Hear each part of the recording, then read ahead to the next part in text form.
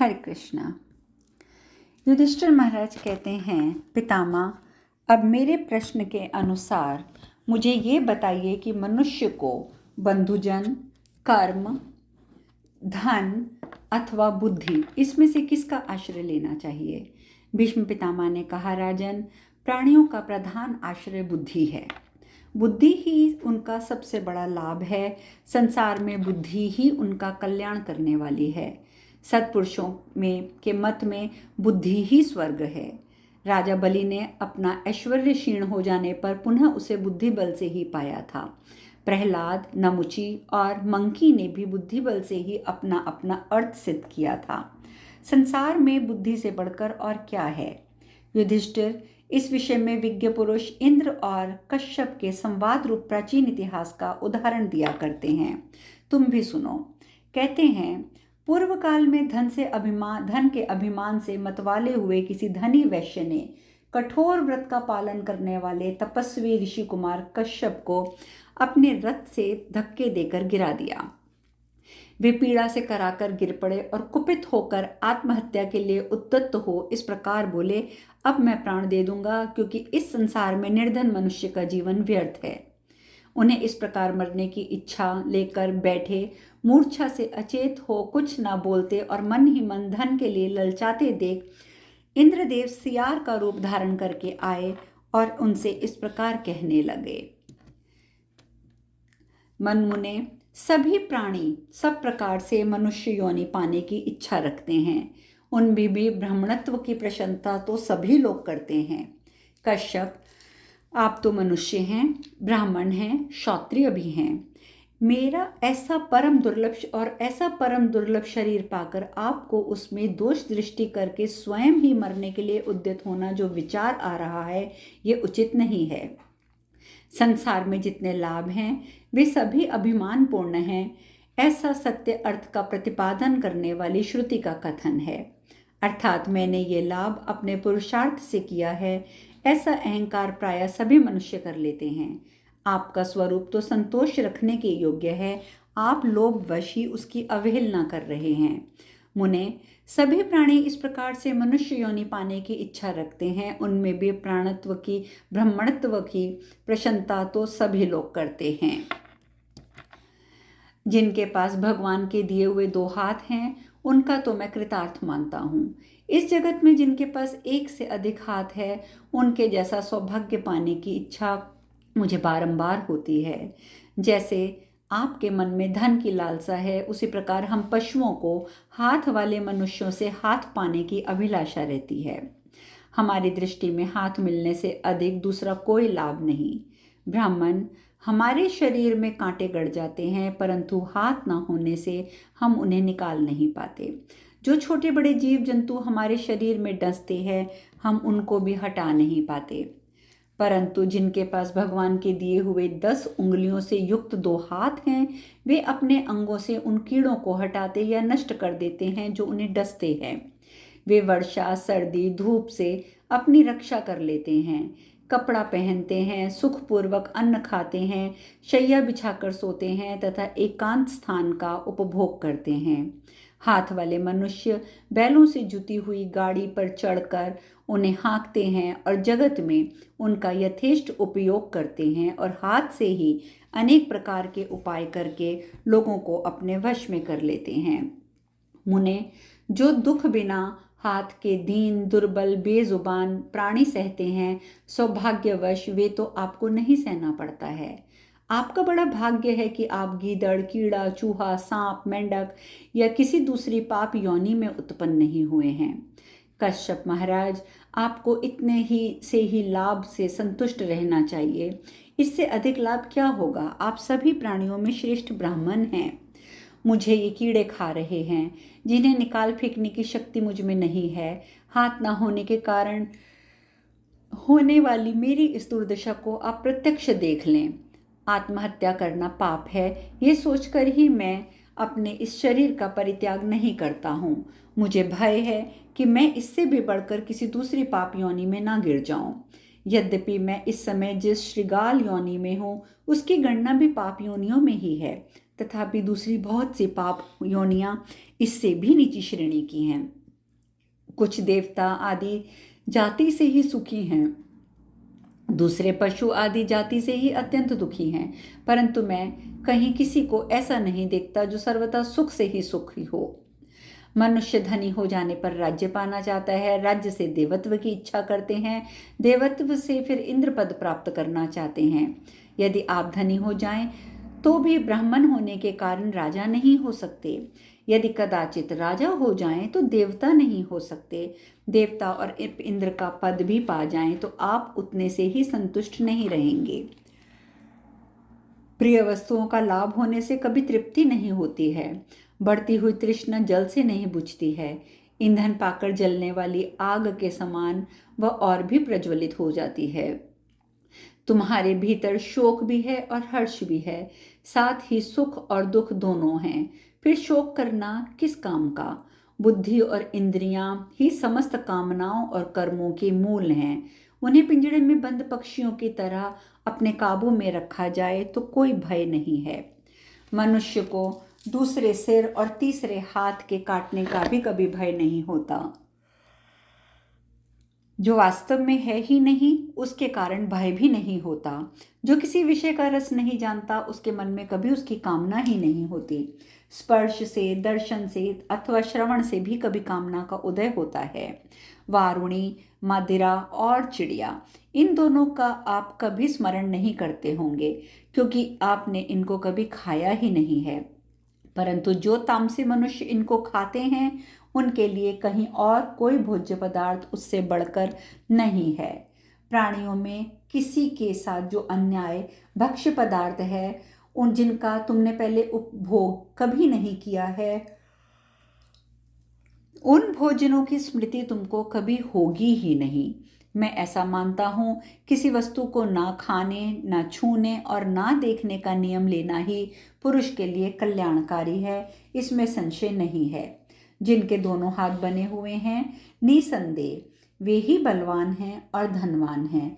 मनुष्यों को तो मनुष्यों का ही दास बनाकर रखा गया है। कितने ही मनुष्य बारंबार वध और बंधन के क्लेश भोगते हैं, फिर वे भी आत्महत्या करके प्राण नहीं देते, बल्कि आपस में क्रीड़ा करके आनंदित होते हैं और हंसते हैं। दूसरे बहुत से बाहुबल से संपन्न विद्वान और मनस्वी मनुष्य दीन, नंदित एवं पाप पूर्ण वृत्ति से जीविका चलाते हैं। वे दूसरी वृत्ति का सेवन करने के लिए भी उत्साह रखते हैं, परंतु अपने कर्म के अनुसार जो नियत है वैसा ही उनका भविष्य होता है। भंगी अथवा चांडाल भी अपने शरीर को त्यागना नहीं चाहते हैं, वह अपनी उस योनि में संतुष्ट रहते हैं। देखिए, ये भगवान की कैसी माया है। कश्यप, कुछ मनुष्य लूले और लंगड़े हैं, कुछ लोगों को लकवा मार गया है, बहुत से मनुष्य निरंतर रोगी हो रहे हैं। उन सब की ओर देखकर ये कहना पड़ता है कि आप अपनी योनि के अनुसार निरोग परिपूर्ण अंग वाले हैं। आपको मानव शरीर का लाभ मिल चुका है। ब्राह्मण देव, यदि आपका शरीर निर्भय और निरोग है, आपके सारे अंग ठीक हैं, किसी में कोई विकार नहीं आया है, तो लोक में कोई भी आपको धिक्कार नहीं सकता। आप धिक्कार के पात्र नहीं हो सकते। यदि आप पर जातिच्युत करने वाला कोई सच्चा कलंक लगा हो, तो भी आपको प्राण त्याग कर विचार नहीं करना चाहिए। ब्रह्म ऋषि, आप धर्म पालन के लिए उठ खड़े होइए। ब्राह्मण, यदि आप मेरी बात सुनेंगे, उस पर श्रद्धा करेंगे, तो आपको वेदोक्त धर्म के पालन का मुख्य फल प्राप्त होगा। आप सावधान होकर स्वाध्याय, अग्निहोत्र, सत्य, इंद्रिय संयम और दान धर्म का पालन कीजिए। किसी के साथ स्पर्धा ना कीजिए। जो ब्राह्मण स्वाध्याय में लगे रहते हैं तथा यज्ञ करते हैं, कराते हैं, वे किसी प्रकार की चिंता क्यों करेंगे और कोई आत्महत्या आदि बुरी बात भी क्यों सोचेंगे? वे यदि चाहें तो यज्ञ आदि के द्वारा विहार करते हुए महान सुख पा सकते हैं। जो उत्तम नक्षत्र, उत्तम तिथि और उत्तम मुहूर्त में पैदा हुए हैं, वे अपनी शक्ति के अनुसार यज्ञ एवं दान करते और न्यायकुल संतानोपादन की चेष्टा करते हैं। दूसरे जो मनु लोग असुर, नक्षत्र, दूषित तिथि तथा अशुभ मुहूर्त में उत्पन्न होते हैं, वे यज्ञ और संतान से रहित होकर आसुरी योनि में पड़ते हैं। पूर्व जन्म में मैं एक पंडित था तथा कुतर्क का आश्रय लेकर वेदों की निंदा करता था। प्रत्यक्ष के आधार पर अनुमान को प्रधानता देने वाली थोथी तर्क विद्या पर मेरा अधिक अनुराग था। मैं सभाओं में जाकर तर्क और युक्ति की बातों पे अधिक बोलता था। जहाँ दूसरे ब्राह्मण श्रद्धापूर्वक वेद वाक्यों पर विचार करते, मैं वहाँ बलपूर्वक आक्रमण करके उन्हें खरी कोटी सुना देता और स्वयं ही अपना तर्कवाद बका करता था। मैं नास्तिक, सब पर संदेह करने वाला, मूर्ख होकर भी अपने को पंडित मानने वाला विप्रप्रवर, ये श्रृगाल योनि मेरे लिए कुकर्म का फल है। अब मैं सैकड़ों दिनों रातों तक साधन करके भी कभी वह उपाय कर सकता हूँ जिससे आज सियार की योनि में पड़ा हुआ हूँ। मैं पुनः क्या वह मनुष्य योनि पा सकूँगा जिस मनुष्य योनि में मैं संतुष्ट और सावधान रहकर यज्ञ, दान और तपस्या में लगा रह सकूं, जिससे मैं जानने योग्य वस्तु को जान लूं और त्यागने योग्य वस्तु को त्याग दूं। यह सुनकर कश्यप मुनि आश्चर्य से चकित होकर खड़े हो गए और बोले, अहो, तुम तो कुशल और बुद्धिमान हो। ऐसा कहकर ब्रह्म ऋषि ने उसकी ओर ज्ञान दृष्टि से देखा। तब उनके रूप में उन्हें इंद्रदेव शचीपति, देवादिदेव शचीपति इंद्र दिखाई दिए। तदंतर कश्यप ने इंद्रदेव का पूजन किया और उनकी आज्ञा लेकर पुनः अपने घर लौट आए। इस प्रकार श्री महाभारत शांति पर्व के अंतर्गत मोक्ष धर्म पर्व में गीदड़ और कश्यप का संवाद विषयक 180वां अध्याय पूर्ण हुआ। युधिष्ठिर महाराज ने पूछा, पितामह, यदि दान, यज्ञ, तप और गुरु शुश्रूषा पुण्य कर्म है और उसका कुछ फल होता है तो वह भी मुझे बताइए। भीष्म जी ने कहा, राजन, काम, क्रोध आदि दोषों से युक्त बुद्धि की प्रेरणा से मन पाप कर्म में प्रवृत्त होता है। इस प्रकार मनुष्य अपने कार्यों द्वारा पाप करके दुखमय लोक नरक में गिर जाता है। पापाचारी दरिद्र मनुष्य दुर्भिक्ष से दुर्भिक्ष, क्लेश से क्लेश और भय से भय पाते हुए मरे हुओं से भी अधिक मृतक तुल्य हो जाते हैं। जो श्रद्धालु, जितेंद्रिय, धन संपन्न और शुभ कर्म परायण होते हैं, वे उत्सव से अधिक उत्सव को, स्वर्ग से अधिक स्वर्ग को तथा सुख से अधिक सुख को प्राप्त करते हैं। नास्तिक मनुष्यों के हाथ में हथकड़ी डालकर राजा उन्हें राज्य से दूर निकाल देता है और वे उन जंगलों में चले जाते हैं जो मतवाले हाथियों के कारण दुर्गम और सर्प और चोर आदि के भय से भरे हुए होते हैं। इससे बढ़कर उन्हें क्या दंड मिल सकता है? जिन्हें देव पूजा और अतिथि सत्कार प्रिय है, जो उदार हैं, जो श्रेष्ठ पुरुष जिन्हें अच्छे लगते हैं, वे पुण्यात्मा मनुष्य अपने दाहिने हाथ के समान मंगलकारी एवं मन को वश में रखने वाले योनियों को ही प्राप्त होने योग्य मार्ग पर आरूढ़ होते हैं। जिनका उद्देश्य धर्म नहीं है, ऐसे मनुष्य मानव समाज के भीतर वैसे ही समझे जाते हैं जैसे धान में थोथा पौधा और पंख वाले जीवों में मच्छर। जिस जिस मनुष्य ने जैसा कर्म किया है वह उनके पीछे लगा रहता है। यदि कर्ता पुरुष शीघ्रतापूर्वक दौड़ता है तो वह भी उतना ही तेजी से उसके पीछे जाता है। जब वह सोता है तो उसका कर्म फल भी उसके साथ सो जाता है। जब वह खड़ा होता है तो भी वह पास खड़ा रहता है और जब मनुष्य चलता है तो वह पीछे पीछे चलने लगता है। इतना ही नहीं, कोई कार्य करते समय कर्म संस्कार उसका साथ नहीं छोड़ता, सदा छाया के समान उसके पीछे लगा रहता है। जिस जिस मनुष्य ने अपने अपने पूर्व जन्मों में जैसा जैसा कर्म किया है वह अपने ही कर्म किए हुए कर्मों का फल सदा अकेला ही भोगता है। अपने अपने कर्म का फल एक धरोहर के समान है जो कर्म जनित अदृष्ट के द्वारा सुरक्षित रहता है। उपयुक्त अवसर आने पर वह काल इस कर्म फल को प्राणी समुदाय के पास खींच कर लाता है। जैसे फूल और फल किसी भी प्रेरणा के बिना अपने समय पर वृक्षों पर लग जाते हैं, उसी प्रकार पहले से किए हुए कर्म भी अपने फल भोग के साथ समय का उल्लंघन नहीं करते। सम्मान, अपमान, लाभ, हानि, उन्नति, अवनति ये पूर्व जन्म के कर्मों के अनुसार बार बार प्राप्त होते हैं और प्रारब्ध के पश्चात निवृत्त भी हो जाते हैं।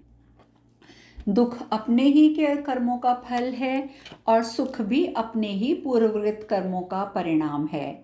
जीव माता की गर्भशैया में आते ही पूर्व शरीर द्वारा उपार्जित सुख दुख का उपभोग करने लगता है। कोई बालक हो, तरुण हो, बूढ़ा हो, वह जो भी शुभाशुभ कर्म करता है, दूसरे जन्म में उसी अवस्था में उस कर्म का फल उसे प्राप्त होता है। जैसे बछड़ा हजारों गांवों से अपनी माँ को पहचान लेकर पा लेता है, वैसे ही पहले का किया हुआ कर्म भी अपने कर्ता के पास पहुंच जाता है। जैसे पहले से क्षार आदि में भिगोया हुआ कपड़ा पीछे से धोने से साफ हो जाता है, उसी प्रकार जो उपवास पूर्वक तपस्या करता है, उन्हें कभी समाप्त ना होने वाला महान सुख मिलता है। तपोवन में रहकर की हुई दीर्घ काल तक की तपस्या से तथा धर्म से जिसने सारे पाप धुल गए हैं, उनके संपूर्ण मनोरथ सफल हो जाते हैं। जैसे आकाश में पक्षियों में के और जल में मछलियों के चरण चिन्ह दिखाई नहीं देते, उसी प्रकार ज्ञानियों की गति का पता नहीं चलता। दूसरों को उलाहना देने और लोगों के अन्याय अपराधों की चर्चा करने का कोई प्रयोजन नहीं है। जो काम सुंदर, अनुकूल और अपने लिए हितकर जान पड़ता है, वही कर्म करना चाहिए। इस प्रकार से शांति पर्व के अंतर्गत मोक्ष धर्म में 181वां अध्याय पूर्ण हुआ। युधिष्ठिर महाराज आगे पूछते हैं, पितामह, इस संपूर्ण स्थावर जंगम जगत की उत्पत्ति कहाँ से हुई है? प्रलय काल में ये किसमें लीन होता है? मुझे ये भी बताइए। समुद्र, आकाश, पर्वत, मेघ, भूमि, अग्नि, वायु सहित इस संसार का निर्माण किसने किया है? प्राणियों की सृष्टि किस प्रकार हुई है? वर्णों का विभाग किस प्रकार हुआ है? उनमें शौच और अशौच की व्यवस्था कैसे हुई है? धर्म और अधर्म का विधान किस प्रकार किया गया है? जीवित प्राणियों में जीवात्मा कैसा है? जो मर गए हैं वे कहाँ जाते हैं? इस लोक से उस लोक में जाने का जो क्रम है वो भी बताइए, मैं ये सब जानना चाहता हूँ। भीष्म जी बोले, राजन, विज्ञ पुरुष इस विषय में प्राचीन इतिहास का उदाहरण दिया करते हैं, जिसमें भरद्वाज के प्रश्न करने पर भृगु ने उपदेश का उल्लेख हुआ है। कैलाश पर्वत पर के शिखर पर अपने तेज से दीप्यमान होते हुए महातेजस्वी महर्षि भृगु को बैठा देखकर भारद्वाज मुनि ने पूछा, समुद्र, आकाश, पर्वत, मेघ, भूमि, अग्नि, वायु सहित इस संसार का किसने निर्माण किया है? प्राणियों की सृष्टि किस प्रकार हुई है? धर्म, अधर्म, शौच, अशोक की व्यवस्था कैसे हुई है? जीवात्मा कैसा है? जो मर गए हैं वे कहाँ जाते हैं? लोक परलोक क्या है? भरद्वाज मुनि के इस प्रकार अपना संशय पूछने पर ब्रह्मा जी के समान तेजस्वी भगवान भृगु ने उन्हें सब कुछ बताया। भृगु बोले, भगवान नारायण संपूर्ण जगत स्वरूप हैं। वे ही सबके अंतरात्मा और सनातन पुरुष हैं। वे ही कूटस्थ, अविनाशी, अव्यक्त, निर्लेप, सर्वव्यापी, प्रभु, प्रकृति से परे और इंद्रियातीत हैं। उन भगवान नारायण के हृदय में जब सृष्टि विषयक संकल्प का उदय हुआ तो उन्होंने अपने 1000वें अंश में से एक पुरुष को उत्पन्न किया। महर्षियों में सर्वप्रथम, जिसको इसी के नाम से सुना जाता है, जो मानस पुरुष में सबसे अधिक प्रसिद्ध है। पूर्व काल में उत्पन्न वह मानस देव अनादि अनंत अभेद्य अजर और अमर है। उसी की अव्यक्त नाम से प्रसिद्धि है। वही शाश्वत, अक्षय और अविनाशी है। उससे उत्पन्न सब प्राणी उन्मत्त और मरते रहते हैं। वह उस स्वयंभू देव ने पहले महत्व समष्ट बुद्धि की रचना की, फिर उस महासत्व स्वरूप भगवान ने अहंकार अर्थात समष्टि की सृष्टि की। संपूर्ण भूतों को धारण करने वाले अंधकार स्वरूप भगवान ने शब्द मात्र रूप आकाश को उत्पन्न किया। आकाश से जल और जल से अग्नि एवं वायु की उत्पत्ति हुई। अग्नि और वायु के संयोग से इस पृथ्वी का प्रादुर्भाव हुआ। इसके बाद उस स्वयंभू मानस देव ने पहले एक तेजोमय दिव्य कमल उत्पन्न किया। उसी कमल से वेदमय निधि रूप ब्रह्मा जी प्रकट हुए। वे अहंकार के नाम से विख्यात हैं और समस्त भूतों के आत्मा तथा उन भूतों की सृष्टि करने वाले हैं। ये जो 5 महाभूत हैं, उनके स्वरूप में महातेजस्वी ही ब्रह्मा जी ही प्रकट हुए हैं। पर्वत उनकी हड्डियां हैं, पृथ्वी उनका मेद और मांस है, समुद्र उनका रुधिर है और आकाश उनका उदर है। अब हम शेष कथा करेंगे कल। हरे कृष्णा।